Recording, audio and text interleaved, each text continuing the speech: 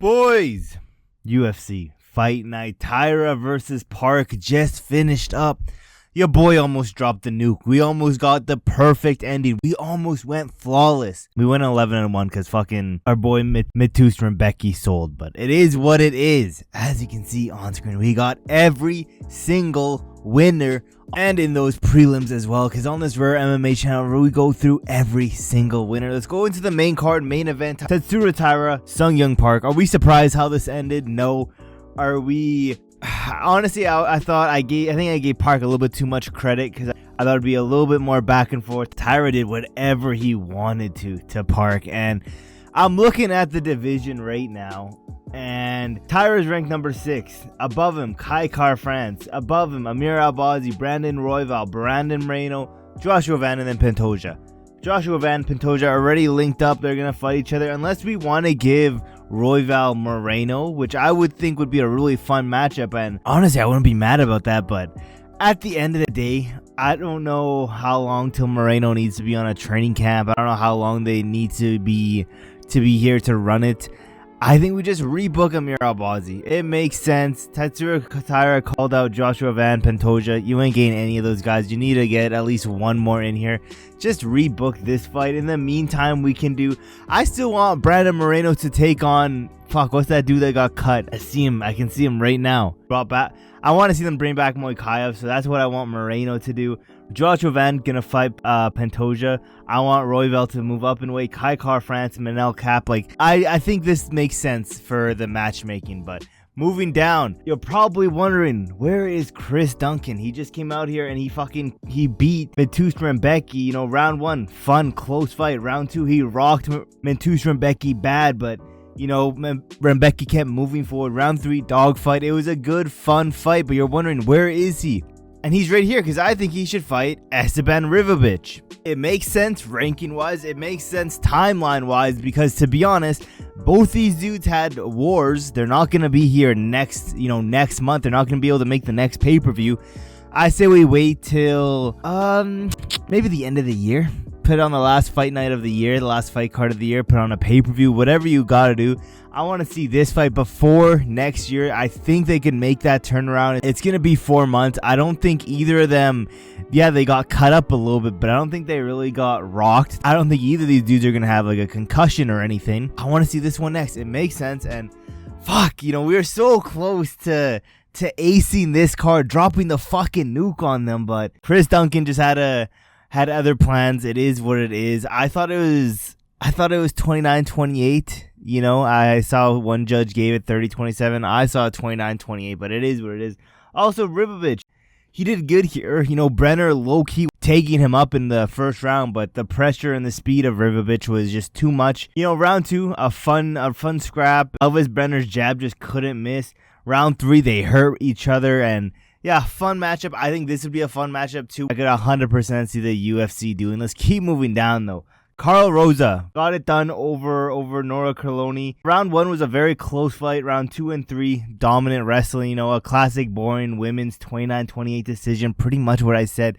There were so many fights on this card that I literally predicted exactly how it would go. Predicted that shit to a T. I think we just do Irene Aldana. I think they're going... Put this on the Noche card. Why not? I don't know. What do you want from me? Let's move down. Neil Magny. I told you guys. Neil Magny is the king of the gatekeepers. He's the best gatekeeper in the welterweight division. And he doesn't lose unless it's an up-and-coming fighter, not another unk. And crazy comeback win, you know. So Santos was getting the better of him in round 1. Crazy comeback win. Unk still got it. He's still king of the unks.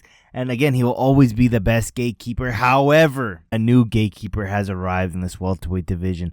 A former gatekeeper in middleweight, moving down to welterweight. Neil Magny, Chris Curtis, run this one next. See if we're getting the changing of the guard in middleweight for the gatekeeper role. Let's do this one next. I want to see how Chris Curtis does against someone like a Neil Magny. Fun matchup, and again, timeline-wise, it works out perfectly. Moving down, Kevin Vallejos got it done. Silva's head movement and defense was nice early in the fight, but Vallejos was just way more effective. Round 1, 2, and 3, dogfight. Good fight for Kevin Vallejos. I thought he would get it done by KO early. Danny Silva said, nah, that's not going to happen. I still got it right, but I thought it would have ended in knockout, but still predicted it right. It is what it is. I think we do Alexander Hernandez next for Vallejos. Give him a name value dude and a guy who, again, could make it a barn burner fight. I want to see this one next. Let's get into these prelims. We'll go through them fast. I know a lot of you guys don't care that much for the prelims, but Rinya Nakamura, again, called this one to the T. Again, in the prelims, I fucking cooked. I pretty much got every single one right and predicted exactly how it would finish. Just like this one, I said Rinya Nakamura came into the last fight. He had a little bit retarded, a little bit of the downs, and he's gonna wanna put a statement win on this fight. I said round 1 ground and pound TKO. Technically, that is what happened because he hurt him to the body and he finished it off over there with ground and pound. I thought there would have been a little bit more wrestling, but it is what it is. Still got it done. Still predicted that shit to a T. Rinya Nakamura, Damon Blackshear should be next. Again, time-wise, it works out fine. When are we having the Walker versus Ming Yang fight? Is that happening semi-soon here? Because to be honest, I wouldn't mind having it on that card. We're getting that in like August 23rd. 20 days. Can they can they make this in 20 days? I don't know. If they can put it on that card, if not, I want to see them here soon because both these guys should be ready to go semi-soon here. Let's keep moving down though. Rodolfo Vieira also got it done. I said he would get a submission here, round 2, but Tresean Gore's takedown defense was too strong. He improved a lot in his takedown defense, but Vieira was just too busy on the feet and got the decision win that way. I think we give him another guy that could be a very fun competitive fight, Andrey Muniz. I think this would be a fun fight, and I can't remember last time Muniz fought, so he should be ready to go here soon. Rodolfo Vieira didn't take that much damage. They should be ready to go here pretty soon. I don't want to be waiting forever and ever and ever to get these guys booked up. Let's keep moving down though. Andrey Pulyaev. I said Pulyaev, better striking, would have got it done. Round 2 KO. Called the round, called the shot. You know, Pulyaev was, he got taken down a little bit, you know, struggled with it, but he landed that nasty body kick, ending up getting the finish. And I believe this is where I went on a streak of these 4 fights in a row. I predicted exactly how it was going to happen. That being said, our favorite degenerate on house arrest fighter should be ready to go here. His ankle monitor should be taken off by now.